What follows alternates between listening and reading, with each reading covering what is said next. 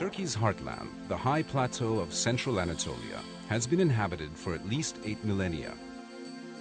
Among its most famous regions is Cappadocia, mentioned in the Bible and known today for its eerie volcanic landscape and delicious local wines.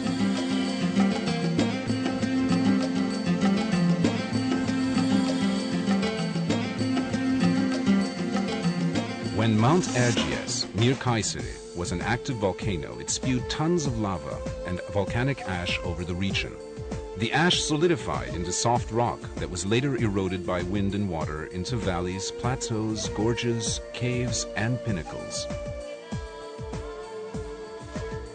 Early Christians settled in Cappadocia to practice their religion in peace. St. Paul visited here, and many monks and hermits sought the solitude of its lonely valleys filled with caves.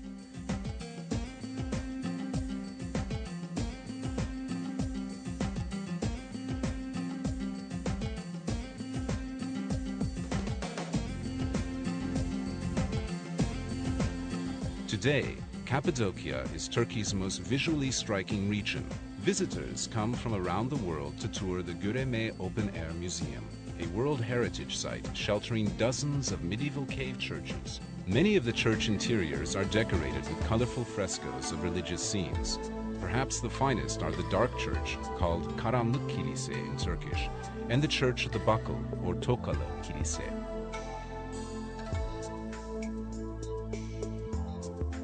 Not far from Göreme is Zelve, another open-air museum. 3 steep valleys come together to form this historic area, which is also filled with ancient cave churches and dwellings. The Zelve valleys were actually inhabited until the 1950s. By that time, erosion had threatened the structural integrity of many caves, and there was a risk of collapse, so the inhabitants were resettled nearby. Dominating the Cappadocian skyline is the natural fortress of Uçhisar, rising above the town of the same name. This great rock promontory, 60 meters high, was hollowed out and made into a fortress by early settlers. Today, visitors climb to the top through a system of caves and passages to enjoy the spectacular panoramic views from the top. The town of Avanos, on the banks of the Kızılırmak River, is famous for its colorful Cappadocian carpets and red clay pottery.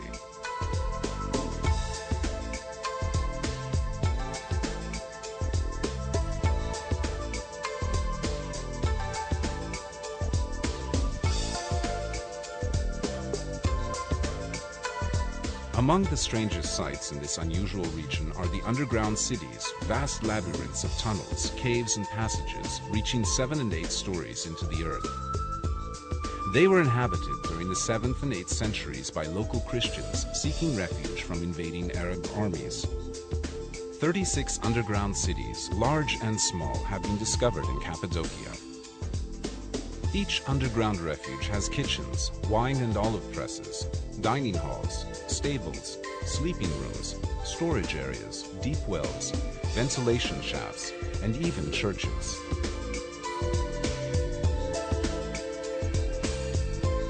The entire complex could be closed off to enemies by rolling huge stone wheel doors across the entrance tunnels.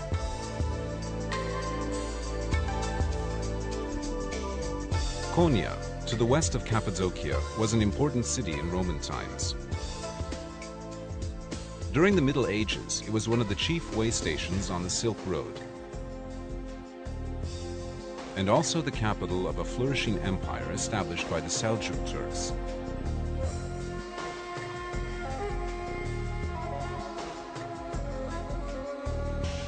At the height of the Seljuk power of the 13th century, Konya was home to Mevlana Celaleddin Rumi, one of the world's greatest mystic poets and philosophers. Rumi's disciples became the whirling dervishes, Sufi mystics who seek spiritual communion with God through a captivating circular dance.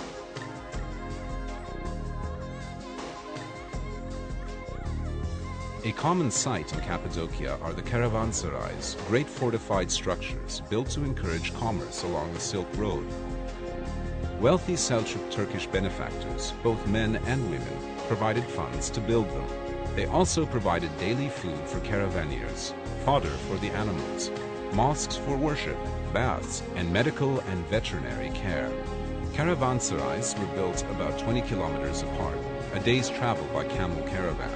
Over 100 of these fine buildings can still be seen in Turkey, many of them in Cappadocia.